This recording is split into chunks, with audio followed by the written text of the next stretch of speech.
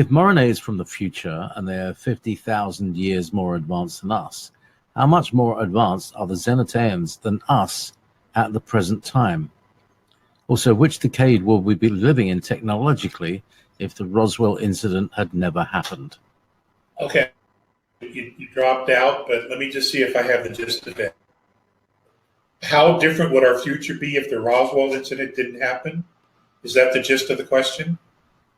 Yes, but also if Morine is from the future and they're 50,000 years more advanced than we are, how much more advanced are the Zenetaens than us at the present time, i.e. their past? Or how much more advanced are the Zenetaens? I don't know that I can answer that question. A number like 50,000, in years, how we count a year and how they count a year. So does that mean that they're less advanced, or does that mean they're actually 100,000 years more? Now, what's interesting, for such an advanced civilization, they technology as little as possible. Yeah. Okay, they don't rely on technology. Obviously, if they're traveling through space in their arcs, in their motherships, that technology needs to be working because those are living habitats.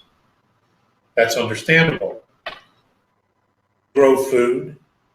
They have their own orchards where they grow this fruit, which they can use for tablets, so that those who travel and do work outside the ship use for nutrition. They work their own orchards like a farmer does here. That do it. They do it themselves. Okay? So they stay in touch with their basic humanity, and that is an agrarian society. They stay in touch with that. They keep every effort to make sure that everyone goes to school for at least 150 years our time, okay? And they learn all the arts, and they are all hands-on. Here's a few videos. Here you go. Here's your degree.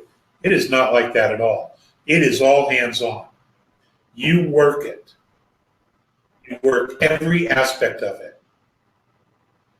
And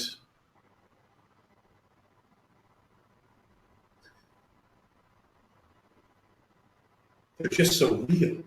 They're just so damn real. There's no facade. There's no bullshit about them. You know? If you screw up, they tell you in a nice way. They tell you. If you're doing something wrong, they let you know. Nice way, but they explain how it should be done. Okay? And how your perspective, how you should look at your tasks in a different way. Okay? So they guide, they mentor, and they just don't do it to themselves, they do it to each other. And everybody gets that.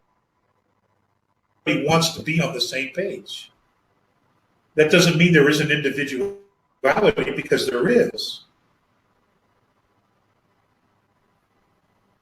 But their first thought is to look out for each other.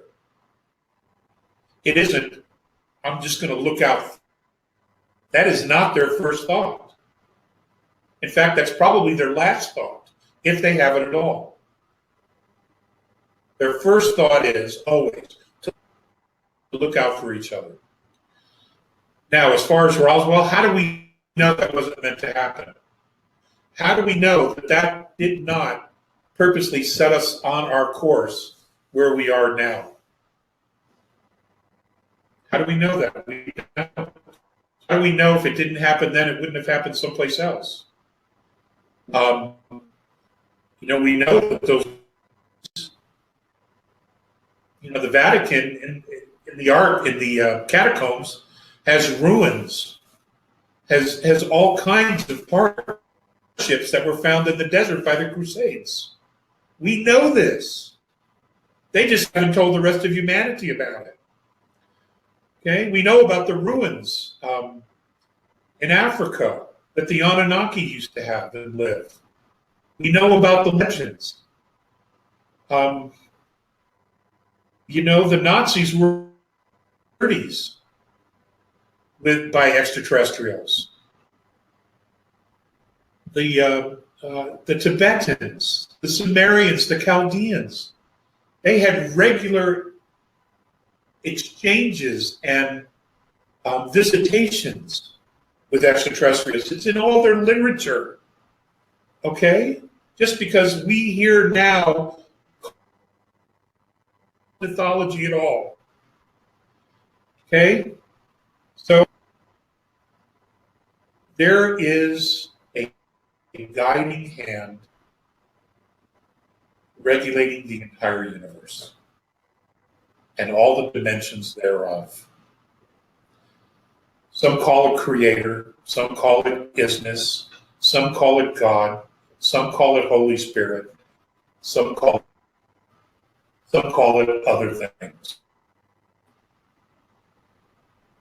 But we're all talking about the same thing. There is a presence that is guiding all things in each universe and the dimension. We're connected to that, whatever that is.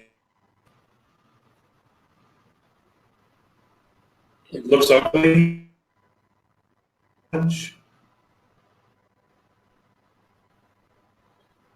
There are some days I damn sure don't. I know that. But I know I can't chicken out. You know what I'm saying? It's too late for me. Even though there are moments, I'm like, oh, I don't want to deal with this. There are definitely moments. But where does my strength come from? It comes from Source. And as long as I can remember to remember that, as long as I can remember to, I'm good, you know? I'm good.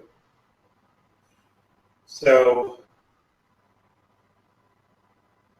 to answer Lauren's question, I don't think this would have happened any other way. I really don't. But if the old saying is true that, you know, trees don't grow strong, it's the elements that cause it to grow strong and be strong. When we're done with this, 90% of us are going to be oaks. We're going to all be oak trees. There'll be very few weeping willows. Oaks.